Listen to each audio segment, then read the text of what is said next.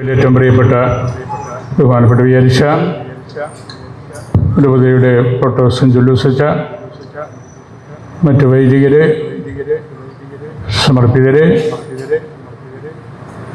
ബഹുമാനായ MP, പ്രിയപ്പെട്ട MLA, മറ്റ് രാഷ്ട്രീയ സാംസ്കാരിക മേഖലയിൽ നിൽക്കുന്ന പ്രമുഖരായ വ്യക്തികളെ, മണപ്പാട്ട് കുടുംബാംഗങ്ങളെ, ഇടവക്കാരെ, നമ്മളുടെ വേദനാജനകമായ ഒരു വേർപാടിൽ ഒന്നിച്ച് നമ്മൾ സാക്ഷ്യം വഹിക്കുകയാണ്. മണപ്പാട്ട് തറവാട്ടിലെ റജീനയും മകൻ ജോസഫിനും നമ്മിൽ നിന്ന് വളരെ അപ്രതീക്ഷിതമായിട്ട് യാത്ര പറയുന്ന മണിക്കൂറുകളാണിത്. പരിശുദ്ധ ബെനഡിക്റ്റ് പിതാവ് പലതവണ ആവർത്തിച്ച ഒരു ചെറിയ വാക്യമാണ്: പരിശുദ്ധ അമ്മയും മകൻ ഉണ്ണിയും ഒന്നിച്ചിരിക്കുമ്പോൾ സമസ്ത രഹസ്യങ്ങളും അവിടെ ഉണ്ട് എന്ന്. മർത്തമറിയത്തെക്കുറിച്ചും ഈശോ മിശിഹായെക്കുറിച്ചുമുള്ള സൂചനകളാണല്ലോ. അമ്മയും മകനും ചേർന്നിരിക്കുമ്പോൾ സമസ്ത രഹസ്യങ്ങളും ദൈവികമായ വെളിപാടിനെ കുറിച്ചാണ് അവിടെയുണ്ട്. ഇവിടെ മറ്റൊരു തലത്തിലാണെങ്കിലും അമ്മയും മകനും റജീനയും ജോസഫിനും ഒന്നിച്ച് ഇരിക്കുമ്പോൾ അത് മണപ്പാട്ട് തറവാടിൻ്റെയും നമ്മളുടെ ഓരോരുത്തരുടെയും ആത്യന്തികമായ ജീവിത ലക്ഷ്യത്തിൻ്റെയും എല്ലാം ഒരു വിശദാംശമാണ് നമുക്ക് നൽകുന്നത്. മനുഷ്യനെക്കുറിച്ചും മനുഷ്യൻ്റെ ദൈവികമായ ആഭിമുഖ്യങ്ങളെക്കുറിച്ചുമുള്ള വലിയ ചിന്തകളാണ് നമ്മളോട് ഇവർ രണ്ടുപേരും പങ്കുവയ്ക്കുന്നത്. നമ്മൾ വാസ്തവത്തിൽ ഉയിർപ്പിൻ്റെ ശുശ്രൂഷയിലാണ്. മരിച്ചവരെ ഉയിർപ്പിക്കുന്നവനെ നിന്റെ തിരുനാമത്തിന് സ്തുതി എന്നാണല്ലോ ഒരു മരണവീട്ടിൽ ചെല്ലുമ്പോൾ നമ്മൾ ആദ്യമേ പ്രാർത്ഥിക്കുന്നത്. ഉയിർപ്പിൻ്റെ ശുശ്രൂഷയാണത്. കർത്താവ് നമുക്ക് ഉറപ്പ് നൽകിയിരിക്കുന്ന നിത്യാനന്ദത്തിലേക്കുള്ള പ്രവേശനമാണ് മരണം എന്ന യാഥാർത്ഥ്യത്തിലൂടെ നമ്മൾ സ്വന്തമാക്കുന്നത്. നമ്മളുടെ ഈ ദേശത്ത് വളരെ അപ്രതീക്ഷിതമായിട്ട് സംഭവിച്ച ഒരു കാര്യമാണ്. നമ്മളതിനെ വളരെ വേദനാജനകമായ കാര്യമാണെങ്കിലും ദൈവത്തിൻ്റെ ഹൃദയത്തോട് ചേർത്ത് വെച്ച് മനസ്സിലാക്കണം. ഏതാനും വർഷങ്ങൾക്ക് മുമ്പ് കാവാലിയിൽ നമുക്ക് ഒരു കുടുംബം മുഴുവൻ നഷ്ടപ്പെട്ടു. ഇത്തവണ നമുക്ക് അനേകം സ്ഥലത്ത്, പ്രത്യേകിച്ച് നമ്മുടെ ഈ കിഴക്കൻ പ്രദേശങ്ങളിൽ മംഗളഗിരി, കൈപ്പള്ളി, വാഗമണ്ണ്, കോലാഹലമേട്, പെരുങ്കുളം, അടുക്കും, നമ്മുടെ പയ്യാനത്തോട്ടും എല്ലാം അധികം ബുദ്ധിമുട്ടുകൾ ഏറ്റുവാങ്ങിയ സ്ഥലമാണ്. കർത്താവിനോട് ചേർന്ന് നിൽക്കാൻ ഉള്ള അവസരമായിട്ട് നമ്മളിതിനെ എടുക്കണം. മാനുഷികമായ വികാരങ്ങൾക്ക് കീഴ്പ്പെട്ടു പോകാണ്ട് ദൈവവചനങ്ങളാൽ പരസ്പരം ആശ്വസിപ്പിക്കണം എന്നുള്ള പ്രബോധനം നമ്മൾ വിട്ടുകളയരുത്. ഞാനാകുന്നു പുനരുത്ഥാനവും ജീവനും, എന്നിൽ വിശ്വസിക്കുന്നവൻ മരിച്ചാലും ജീവിക്കും എന്ന് ലാസറിനെ ഉയർപ്പിച്ചുകൊണ്ട് കർത്താവ് പറഞ്ഞല്ലോ. ആ ചിന്തകളാൽ നമ്മൾ നിറയപ്പെടേണ്ട മണിക്കൂറാണിത്. ഈ തറവാട്ടിലെ അംഗങ്ങൾ ഇടവകയോടും വിശാല സമൂഹത്തോടും കോളേജിനോടും സ്കൂളിനോടും രൂപതാ കേന്ദ്രത്തോടും എല്ലാം ബന്ധപ്പെട്ട് പ്രവർത്തിച്ചിരുന്ന ആളുകളാണ്. റജീന നമ്മുടെ ഹോളി സ്പിരിറ്റ് സ്കൂളിലെ ശുശ്രൂഷയായിരുന്നു. അവരുടെ ശുശ്രൂഷ വളരെ സത്യസന്ധമായ രീതിയിൽ ആത്മാർത്ഥതയോടും സ്നേഹത്തോടും വാത്സല്യത്തോടും കൂടി ചെയ്ത ഒരു വ്യക്തിയായിരുന്നുവെന്ന് അവരോട് ബന്ധപ്പെട്ട എല്ലാവരും ഈ മണിക്കൂറുകളിലൊക്കെ പറഞ്ഞ് നമ്മൾ കേട്ടതാണ്. കൊച്ചു കുട്ടികളെ സ്വന്തം മക്കളെപ്പോലെ സ്നേഹിച്ച ഒരു ശുശ്രൂഷക, ഭർത്തായെപ്പോലെ എപ്പോഴും എല്ലാവർക്കും എന്തും ചെയ്തു കൊടുക്കാനുള്ള ആ ഒരു സേവനത്തിൻ്റെ വ്യക്തിയായിട്ട് മാതൃകയായിട്ട് നമ്മുടെ മുമ്പിൽ നിന്നു. പരാതികളൊന്നുമില്ലാതെ എല്ലാ ജോലികളും സ്കൂളിൻ്റെ ദൈനംദിന പ്രവർത്തനങ്ങൾ, പ്രത്യേകിച്ച് കൊച്ചുകുട്ടികളോടൊക്കെ ബന്ധപ്പെടുമ്പോൾ ധാരാളം അപ്രതീക്ഷിതമായ ശുശ്രൂഷകൾ ചെയ്ത് കൊടുക്കേണ്ടി വരും. അതെല്ലാം സമചിത്തതയോടുകൂടി ചെയ്ത വ്യക്തിയാണ്. അതുപോലെ തന്നെ ജോസഫിൻ നമ്മുടെ ചുണ്ടച്ചേരി കോളേജിലെ ഹോസ്റ്റലിൻ്റെ സ്റ്റാഫ് അംഗമായിരുന്നു. ജോസഫിൻ്റെ സന്തോഷപ്രദമായ ഇടപെടലുകളും ആത്മാർത്ഥതയോടുകൂടിയ സമീപനങ്ങളുമെല്ലാം ആ വലിയ സ്ഥാപനത്തിൽ എല്ലാവരും സംസാര വിഷയമാക്കിയ കാര്യവും നമുക്കറിയാം.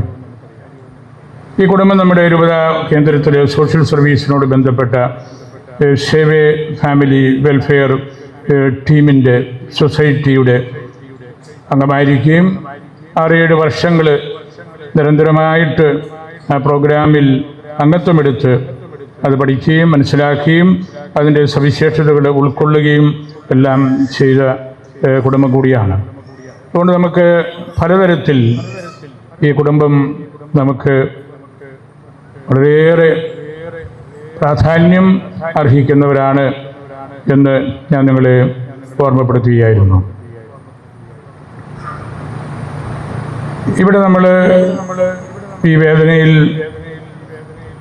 എന്താണ് ഇങ്ങനെ സംഭവിച്ചതെന്ന് നമ്മൾ ചോദിച്ചാലും അതിൻ്റെ ഉത്തരം ദൈവം നമുക്ക് നൽകുന്നില്ല. ദൈവത്തിൻ്റെ അഗ്രാഹ്യമായ രഹസ്യങ്ങളോട് ചേർന്ന് നിൽക്കാൻ നമ്മളെ പഠിപ്പിക്കുകയാണ്. മനുഷ്യ ജീവിതത്തിൻ്റെ ബലഹീനമായ ആ പ്രകൃതവും ഒപ്പം ഈ പ്രപഞ്ചവും എത്രമാത്രം ബലഹീനമാണെന്ന് നമ്മളെ പഠിപ്പിക്കുകയാണ്. എത്രയോ തവണ ഈ കിഴക്കൻ പ്രദേശത്ത് ഇതുപോലുള്ള കാര്യങ്ങൾ ആവർത്തിക്കപ്പെട്ടു. ബലഹീനമാകുന്ന ഭൂമി, ആ ഭൂമിയെ സംരക്ഷിക്കാനുള്ള ഉത്തരവാദിത്വം കൂടെ നമ്മൾ ഗൗരവതരമായിട്ട് എടുക്കണമെന്നും കൂടെ ഈ സംഭവങ്ങളെല്ലാം നമ്മളെ ഓർമ്മിപ്പിക്കുന്നുണ്ട്, നമ്മളെ പഠിപ്പിക്കുന്നുണ്ട്. കർത്താവിൻ്റെ ആഴമായ സ്നേഹത്തിൽ വളർന്ന ഒരു തറവാടായിരുന്നു ഇത്. ദൈവത്തെ നഷ്ടപ്പെടാതെ സഹനം പൂർത്തീകരിച്ച ഒരു അമ്മ, സഹിച്ചുകൊണ്ട് ഈശോയുടെ മുഖം എന്താണെന്ന് നമ്മെ പഠിപ്പിച്ച അൽഫോൻസാമ്മയുടെ പേരിലുള്ള ഈ ഇടവകയിൽ ഈ സഹനത്തിൻ്റെ അർത്ഥവും മറ്റൊരിടത്തും നമ്മൾ അന്വേഷിക്കേണ്ടതില്ല. നമ്മൾ വളരെ പ്രയാസമേറിയ ഹെവി ഹാർട്ട്സ് ആൻഡ് ഫേസ് ഓടുകൂടിയാണ് ഇവിടെ ആയിരിക്കുന്നത്. പക്ഷേ ദൈവം നമ്മോട് പറയുന്നത് സഫറിങ്ങിൻ്റെ, വേർപാടിൻ്റെ, മരണത്തിൻ്റെ ആത്യന്തികമായിട്ടുള്ള വിസ്ഡം എന്താണെന്ന് ഒന്നുകൂടെ പഠിക്കാനാണ്. നമ്മുടെ ഹൃദയം അസ്വസ്ഥമാകേണ്ട എന്ന് ഈശോ തന്നെയാണല്ലോ നമ്മെ പഠിപ്പിച്ചത്. ഈ വാർത്ത അറിഞ്ഞ് ധാരാളം പിതാക്കന്മാർ എന്നെ വിളിച്ചു. നമ്മുടെ വലിയ പിതാവ് പ്രത്യേകം പ്രാർത്ഥന പറഞ്ഞു വിട്ടിട്ടുണ്ട്. ആലഞ്ചേരി പിതാവ് 3 തവണ ഇന്നലെയും ഇന്നുമായിട്ട് ഈ കുടുംബത്തിൻ്റെ കാര്യങ്ങൾ അന്വേഷിക്കുകയും വിശദാംശങ്ങൾ ആരായുകയും എല്ലാം ചെയ്തു. അതുപോലെ ആലപ്പുഴ പിതാവ്, നമ്മുടെ സഭയുടെ വലിയ പിതാവ്, അവരെല്ലാം രണ്ട് ജീവൻ, അത് അമ്മയും മകനും ഒരുമിച്ച് എടുക്കപ്പെട്ടപ്പോൾ അത് സഭയുടെ ഏറ്റവും തലപ്പത്തുള്ള ആളുകളെല്ലാം അത് ശ്രദ്ധിക്കുകയും അവരുടെ പ്രാർത്ഥനകൾ, അവർ വലിയ തിരക്കുള്ള ശുശ്രൂഷകളിൽ ആയിരുന്നപ്പോഴുമൊക്കെ ഈ വീടിന് വേണ്ടി വിളിക്കുകയും പ്രാർത്ഥിക്കുകയും അവരുടെ സാന്നിധ്യം പ്രാർത്ഥനകളൊക്കെ നമുക്ക് നൽകിയതും നമ്മെ വളരെയേറെ ബലപ്പെടുത്തിയിട്ടുണ്ട്. തിരുവചനങ്ങളാലുള്ള ആശ്വാസവാക്കുകളായിരുന്നു അതെല്ലാം. Bible is not human kinds book of God, it is God's book of human kind. ദൈവത്തിൻ്റെ പുസ്തകമാണ് വേദപുസ്തകം. അത് മനുഷ്യവർഗത്തിന് വേണ്ടിയാണ്. മനുഷ്യരെഴുതിയ ഒരു പുസ്തകം ആയിട്ടല്ല നമ്മൾ വേദപുസ്തകത്തെ കാണുന്നത്. ഞാനൊരു കാര്യം ജോബിൻ്റെ പുസ്തകത്തിൽ നിന്നുകൂടെ ഒന്ന് പറയുകയാണ്. പഴയ നിയമത്തിലെ ഏറ്റവും ദൈർഘ്യമേറിയ അധ്യായങ്ങളുടെ പുസ്തകമാണ് ജോബ്. 42 അധ്യായങ്ങൾ. ദൈവം ഏറ്റവും കൂടുതൽ സംസാരിച്ചിട്ടുള്ള പുസ്തകവും ജോബിൻ്റെ പുസ്തകത്തിലാണ്. ദൈവത്തിൻ്റെ വാക്കുകൾ കൊണ്ട് നിറഞ്ഞ് കവിഞ്ഞ് ഒഴുകുന്ന ഒരു പുസ്തകം. ജോബ് വളരെ സത്യസന്ധതയോടെ ജീവിച്ച് സാമ്പത്തിക ഭദ്രതയിൽ നല്ല ആരോഗ്യത്തിൽ കഴിയുന്ന അവസരത്തിലാണ് അദ്ദേഹത്തിന് എല്ലാ രോഗങ്ങളും വ്യാധികളും പീഡകളും എല്ലാം വരുന്നത്. അദ്ദേഹത്തിൻ്റെ സുഹൃത്തുക്കളും എല്ലാം പറഞ്ഞു, ദൈവത്തെ വിട്ടുകളയുക. ഈ സഹനമെല്ലാം എന്തുകൊണ്ടാണ് ദൈവം നമുക്ക് നൽകുന്നത്? ജോബ് അതിൽ നിർണായകമായ ഒരു നിലപാടെടുത്തയാളാണ്. എൻ്റെ ശരീരം അഴുകി ഇല്ലാതായാലും എൻ്റെ ഹൃദയത്തിൽ നിന്ന് ഞാൻ ദൈവത്തെ സ്തുതിക്കും. ജോബിൻ്റെ പുസ്തകം ഒരു വലിയ നിലവിളിയാണ്. സ്വർഗത്തിൻ്റെ ഹൃദയത്തിലേക്ക് തുളച്ച് കയറുന്ന ഒരു നിലവിളിയാണ്. ആത്യന്തികമായിട്ട് ആ പുസ്തകം നമ്മളെ നന്നായിട്ട് ഡിസ്റ്റർബ് ചെയ്യും. നമ്മുടെ അടിത്തറ ഇളക്കി മറിക്കുന്ന പുസ്തകമാണത്. അവിടെ ആ സഹനത്തിൻ്റെ നടുവിൽ അദ്ദേഹത്തിൻ്റെ ഒരു നല്ല സുഹൃത്ത് വന്ന്, എലിഹു എന്ന് പറയുന്നുണ്ടല്ലോ, പാപം ഇല്ലാത്തപ്പോഴും സഹനങ്ങൾ ഉണ്ടാകാം. അത് ദൈവത്തിൻ്റെ നീതി എന്താണെന്ന് അന്വേഷിക്കുന്നതിന് വേണ്ടിയാണ്. ജോബിൻ്റെ പുസ്തകം വാസ്തവത്തിൽ it is God's tutorial in moral wisdom. ദൈവം നൽകുന്ന ഒരു ക്ലാസ്സാണ്. ധർമ്മത്തിലും ദൈവവചനത്തിലും കൂട്ടായ്മയിലും നമ്മൾ എപ്പോഴും ആയിരിക്കാൻ വേണ്ടി ദൈവം നമുക്ക് നൽകുന്ന ട്യൂട്ടോറിയലാണ്. ആ ക്ലാസ്സിൽ നമുക്കിരിക്കാൻ അത്ര എളുപ്പമല്ല. പക്ഷേ നമ്മൾ നമ്മെ തന്നെ ചിന്തിക്കുമ്പോൾ, പഠിക്കുമ്പോൾ, മനസ്സിലാക്കുമ്പോൾ ആ ക്ലാസ്സിലിരിക്കാതെ നമുക്ക് ജീവിക്കാനൊക്കെയല്ല. ആ ക്ലാസ് നമുക്ക് നൽകുന്ന ഒറ്റ വാക്യത്തിൽ പറഞ്ഞാൽ, സഹനത്തിന് മാത്രമേ നമ്മെ മോക്ഷത്തിലെത്തിക്കാൻ പറ്റുകയുള്ളൂ. ഈ വേദന ഈ കുടുംബത്തിൻ്റെയോ ഈ ഇടവകയുടെയോ നമ്മുടെ രൂപതയുടെയോ മാത്രമല്ല. ഞാൻ പറഞ്ഞല്ലോ, നമ്മുടെ സഭാതലവന്മാരെല്ലാം വിളിച്ച് പ്രാർത്ഥനകൾ നൽകുന്നത് അത് നമ്മൾ വിചാരിക്കുന്നതിനേക്കാൾ വിലപ്പെട്ട 2 ജീവനെക്കുറിച്ചുള്ള ഓർമ്മപ്പെടുത്തലാണ്. നമ്മുടെ തന്നെ ഉള്ളിലേക്ക് ഒന്നുകൂടെ തിരിയാനുള്ള a call to return to our own hearts. ദൈവം ഈ സകലങ്ങളുടെ കാരണം പറയുന്നില്ല, ജോബിനോടും പറഞ്ഞില്ല ഇന്ന കാരണങ്ങൾ കൊണ്ടാണ് ഈ ദുഃഖ ദുരന്തങ്ങളെല്ലാം വന്നത് എന്ന്. ജോബിൻ്റെ പുസ്തകം ഒരു പ്രത്യേക ഉത്തരവും നൽകുന്നില്ല. നമ്മളെ ഉത്തരം പ്രതീക്ഷിക്കരുത്. പക്ഷേ ജോബ് നമ്മുടെ ശ്രദ്ധ മാത്രമാണ് ആവശ്യപ്പെടുന്നത്. ആ പുസ്തകം വായിക്കും തോറും എന്ത് സഹനം വന്നാലും നമ്മൾ ദൈവത്തെ കൈവിടരുത്, ദൈവത്തിൻ്റെ മുഖം അന്വേഷിച്ചുകൊണ്ടിരിക്കണം എന്നുള്ള ആ ഒരു വലിയ സന്ദേശമാണ് നൽകുന്നത്. Faith is the ability to live with suffering and uncertainty. നമുക്ക് ഉറപ്പില്ലാത്തപ്പോഴും നമ്മൾ ഒരു തെറ്റ് ചെയ്യാത്തപ്പോഴും വേദനകളിൽ ദൈവത്തെ കണ്ടെത്താനായിട്ട് നമ്മൾ പഠിക്കുന്നതാണ് ക്രിസ്തീയത അല്ലെങ്കിൽ ക്രിസ്തീയ ആത്മീയത. ജീവിക്കാനുള്ള ശക്തിയാണ് ഉത്തരം തരാത്ത ആ പുസ്തകം നമുക്ക് നൽകുന്നത്. ദൈവത്തെ കൈവിടാതിരിക്കാനുള്ള ധൈര്യമാണ്.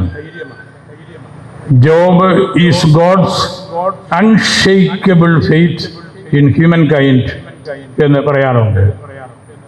ഈ മരണം, ഈ വേർപാട് നമുക്ക് അതുപോലുള്ളൊരു കാര്യമാണ്. ദൈവിക രഹസ്യത്തിൻ്റെ ആത്യന്തികമായ യാഥാർത്ഥ്യത്തിലേക്ക് നമ്മൾ നിരന്തരം എല്ലാവരും, ഈ പ്രകൃതി ഉൾപ്പെടെ ചിരിയണം. ജോബിൻ്റെ വിലാപം അതാണ്, ആ പൊട്ടിക്കരച്ചിൽ അതാണ്. അവിടെ ദൈവം വന്ന് 1, 2 എന്ന് പറഞ്ഞ് നമുക്ക് ഉത്തരം നൽകുകയല്ല. ദൈവത്തിൽ ഈ 2 മക്കൾ ലയിക്കുകയാണ്. പരിശുദ്ധ ത്രിത്വത്തോട് അവർ കൂട്ടിച്ചേർക്കപ്പെടുകയാണ്. അബ്രാഹത്തിൻ്റെ തറവാട്ടിലേക്കാണ് അവർ പോകുന്നത്. ഇസഹാക്കിൻ്റെ തറവാട്ടിലേക്കാണ് അവർ പോകുന്നത്. നീതിമാന്മാരുടെ തറവാട്ടിലേക്കാണ് അവർ പോകുന്നത്. പുനരുത്ഥാനം എന്ന അൺഷെയ്ക്കബിൾ പാറമേലാണ് അവരെ നമ്മൾ ഇവിടെ ഈ ദേവാലയത്തിൽ ഇതുപോലെ കിടത്തിയിരിക്കുന്നത്. അവർ പർദീസായിലേക്കാണ് പോകുന്നത്. നമ്മളവരെ പർദീസായിലേക്ക് കൊടുത്തുവിടുകയാണ്. അതാണ് നമ്മുടെ ജീവിതത്തിൻ്റെ അർത്ഥം. നമ്മൾ അടിയുറച്ച് വിശ്വസിക്കുന്ന കാര്യവും അതുതന്നെയാണ്. ദൈവത്തിൻ്റെ അഗ്രാഹ്യമായ രഹസ്യത്തോട് ഈ മക്കളെ ഈ പ്രാദേശിക സഭ കൂട്ടിച്ചേർക്കുമ്പോൾ നമ്മൾ കണ്ണുകൾ ഉയർത്തി നോക്കിയാൽ അവർ സ്വർഗത്തിലിരിക്കുന്നത് നമുക്ക് കാണാൻ കഴിയും. ശ്രീകന്മാർ പറഞ്ഞല്ലോ, 4 മാസം കഴിയുമ്പം വിളവെടുപ്പാകും. കർത്താവ് പറഞ്ഞു 4 മാസമൊന്നും നോക്കണ്ട, കണ്ണുയർത്തി നോക്കിയാൽ മതി. പാടങ്ങൾ വിളഞ്ഞു കിടക്കുകയാണ്, വചനം കേൾക്കാൻ വേണ്ടി കാത്തിരിക്കുകയാണ്. നമ്മളും വിശ്വാസത്തിൻ്റെ കണ്ണുകളോടുകൂടി സ്വർഗത്തിലേക്ക് നോക്കുമ്പോൾ ഈ അമ്മയും മകനും സ്വർഗത്തിൽ എത്തി എന്ന് നമുക്ക് കാണാനായിട്ട് സാധിക്കും. അതാണ് സത്യസഭയുടെ വിശ്വാസം. ആ വിശ്വാസത്തിലാണ് നമ്മൾ നിരന്തരം ആഴപ്പെടേണ്ടതും. കാർഡിനൽ ന്യൂമാൻ്റെ ടൂമ്പിൽ എഴുതി വച്ചിരിക്കുന്ന വാക്യം ഇതാണ്: ഫ്രം ഷാഡോസ് ടു റിയാലിറ്റി. നിഴലുകളിൽ നിന്ന് യാഥാർത്ഥ്യത്തിലേക്ക്. ഈ ലോകം നമ്മൾ കണ്ടെത്തുന്ന കാര്യങ്ങളൊക്കെ കടന്നു പോകുന്നവയാണ്, നിഴലുകളാണ്. യാഥാർത്ഥ്യം സ്വർഗമാണ്. കർത്താവിൻ്റെ പക്കലുള്ള ജീവിതമാണ് യഥാർത്ഥത്തിലുള്ളത്. ജോൺ എഫ് കെന്നഡിയുടെ ഖബറിലും അതാണല്ലോ എഴുതിയത്. പലർക്കും ഈ കല്ലറ അന്ത്യമാകുമ്പോൾ എന്നെ സംബന്ധിച്ച് ഈ ജീവിതത്തിൻ്റെ തുടക്കമാണ്. അതാണ് ആഴമായ ബൈബിൾ ദർശനം. ദൈവത്തോട് നമ്മൾ കൂട്ടത്തിൽ നിൽക്കുമ്പോൾ, തിരുവചനങ്ങളാൽ നമ്മൾ പരസ്പരം ആശ്വസിപ്പിക്കുമ്പോൾ, നമുക്ക് ഈശോയുടെ ആ സഹനത്തോട് ചേർത്ത് നിർത്തുമ്പോൾ ഈ വേർപാടിനെയും ഈ മരണങ്ങളെയും നമുക്ക് ഹൃദയത്തിൽ എടുക്കാനായിട്ട് കഴിയും. സ്വർഗത്തിൻ്റെ ഒരു വെളിപ്പെടുത്തലാണ് ഈ 2 മക്കൾ ഇവിടെ നമുക്ക് നൽകിക്കൊണ്ടിരിക്കുന്നത്. നമ്മെ അവർ ഓർമ്മപ്പെടുത്തുകയാണ്. Memento mori, remember you must die. ഏത് അവസരത്തിലും അത് സംഭവിക്കാം എന്നുള്ള വലിയ ഓർമ്മപ്പെടുത്തലാണ്. ആ ഓർമ്മപ്പെടുത്തൽ സുവിശേഷത്തിൻ്റെ കാതലാണ്, ഈശോ പ്രസംഗിച്ച വാക്കുകളുടെ കാതലാണ്, നമ്മളുടെ ശുശ്രൂഷകളുടെ കാതലാണ്. ഓരോ പരിശുദ്ധ കുർബാനയും ആ ഒരു വലിയ സന്ദേശമാണ് നമുക്ക് നൽകുന്നത്. അതുകൊണ്ട് കർത്താവിനോട് ചേർന്ന് നിൽക്കുവാനായിട്ടുള്ള ആ ഒരു വിളിയായിട്ട് ഈ വേർപാടിനെ നമ്മൾ കാണണം. ഞാൻ പ്രിയപ്പെട്ട തറവാട്ടിലെ അംഗങ്ങളോടെല്ലാം പ്രിയങ്കരനായ ജോണിയോടും അതുപോലെ ജോമിറ്റ്, സോമിറ്റ്, അവരോട് ബന്ധപ്പെട്ട കുടുംബാംഗങ്ങൾ അവരെല്ലാം ഇവിടെ നമ്മുടെ കൂട്ടത്തിൽ നിൽക്കുമ്പോൾ നമ്മൾ ഈ ഭൗതിക ശരീരത്തിലെ അംഗങ്ങൾ എന്ന നിലയിൽ ഈ വേദനകൾ പങ്കുവയ്ക്കപ്പെട്ട് കഴിഞ്ഞു. സ്വർഗത്തിൻ്റെ ആ ഒരു ശാലീനത ഇവിടെ നമ്മൾ കണ്ടു കഴിയുമ്പോൾ അതിൽ പിന്നെ കരച്ചിലും വിലാപവും ഒന്നും ആവശ്യമില്ല. ഈശോ പറഞ്ഞല്ലോ, കരയരുത്, നമ്മൾ ഈശോയിൽ വിശ്വസിച്ചാൽ മാത്രം മതി. ആ ഒരു വലിയ ബോധ്യത്തോടു കൂടി നമ്മുടെ ഒരു വിശ്വാസ പ്രഘോഷണത്തിൻ്റെ ഏറ്റവും വലിയ അടയാളമായിട്ടൂടെ ഈ വേർപാടിനെയും വേദനയും എടുക്കുമ്പോൾ പരിശുദ്ധ ത്രിത്വത്തിൻ്റെ രഹസ്യം നമുക്ക് കൂടുതൽ ആഴത്തിൽ ഉൾക്കൊള്ളാൻ കഴിയും.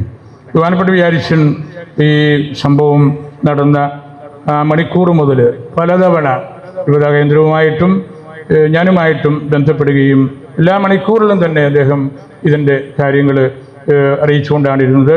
വളരെയേറെ അദ്ദേഹം പ്രാർത്ഥിച്ച് ഒരുങ്ങി വലിയ കരുതലോടുകൂടി നടത്തിയ ഒരു വലിയ കൂടിവരവാണ്. ഇതൊരു എക്ലീസിയ, ഒരു സഭ ശക്തമായിട്ട് ഇവിടെ ഒന്നിച്ചിട്ടുണ്ട്. അതിൻ്റെ പിന്നിൽ ബഹുമാനപ്പെട്ട വികാരിച്ചൻ്റെ കരുതൽ, കൈക്കാരന്മാർ, കമ്മിറ്റിക്കാർ, സിസ്റ്റേഴ്സ്, അതുപോലെ നമ്മുടെ രാഷ്ട്രീയ സാമൂഹിക രംഗത്തെ ആളുകൾ. എനിക്ക് അത്ഭുതം തോന്നി, ഈ 1.5 ദിവസം കൊണ്ട് ഇതെല്ലാം മറ്റൊരു കോലാഹലവുമില്ലാതെ വളരെ ക്രമബദ്ധമായ രീതിയിൽ നമുക്കിത് ക്രമീകരിക്കാൻ പറ്റി. ഈ വേർപാട് അത് വേദനയാണെങ്കിലും ഇത്തരത്തിൽ എല്ലാവരെയും കൂട്ടി യോജിപ്പിച്ച് ഈ അൽഫോൻസ്യൻ ദേവാലയത്തിൽ നമ്മളെ എല്ലാവരെയും കോർത്തിണക്കുന്ന അതിനുവേണ്ടി സർക്കാരിൻ്റെ ഭാഗത്തുനിന്നുമെല്ലാം നല്ല സഹകരണങ്ങൾ ഉണ്ടായിട്ടുണ്ട്. നമ്മളിവരുടെ കൂട്ടത്തിൽ ആയിരിക്കണം. ഇടവകയും രൂപതയും ഈ വീടിനോട് എപ്പോഴും കൂട്ടത്തിലുണ്ടായിരിക്കും. സാധ്യമാകുന്ന എല്ലാ പ്രാർത്ഥനകളും സഹായ സഹകരണങ്ങളും നിങ്ങൾക്കുണ്ടാകുമെന്ന് ഞാൻ ഉറപ്പ് നൽകുകയും ചെയ്യുകയാണ്. നിങ്ങളെല്ലാവരെയും ഞാൻ ഒരിക്കൽ കൂടി ഓർക്കുന്നു. നിങ്ങളും വളരെ ക്ലേശം സഹിച്ചാണ് ഇന്ന് ഈ ശുശ്രൂഷയിൽ പങ്കെടുക്കാൻ ഇവിടെ എത്തിയത്. കാലാവസ്ഥ മോശമായിരുന്നു, വഴിയിലെല്ലാം വെള്ളമുണ്ട്. എങ്കിലും ഈ തറവാടിനോടും ഈ ഇടവകയോടും നമ്മളുടെ മക്കളോടുമുള്ള ആ കരുതലാണ് ഇവിടെ നിങ്ങളെ ഒന്നിപ്പിച്ചത്. നിങ്ങളെല്ലാവരെയും ഞാൻ ഹൃദയത്തിൽ സൂക്ഷിക്കുന്നു. പരിശുദ്ധ അൽഫോൻസാമ്മയ്ക്ക് സമർപ്പിക്കുന്നു. നമുക്ക് പ്രാർത്ഥനാ ശുശ്രൂഷകളിലേക്ക് പ്രവേശിക്കാം. സ്ഥല പരിമിതി മൂലം ശുശ്രൂഷ പ്രാർത്ഥനകളെല്ലാം ദേവാലയത്തിൽ വെച്ച് തന്നെയാണ് പൂർത്തീകരിക്കുന്നത്.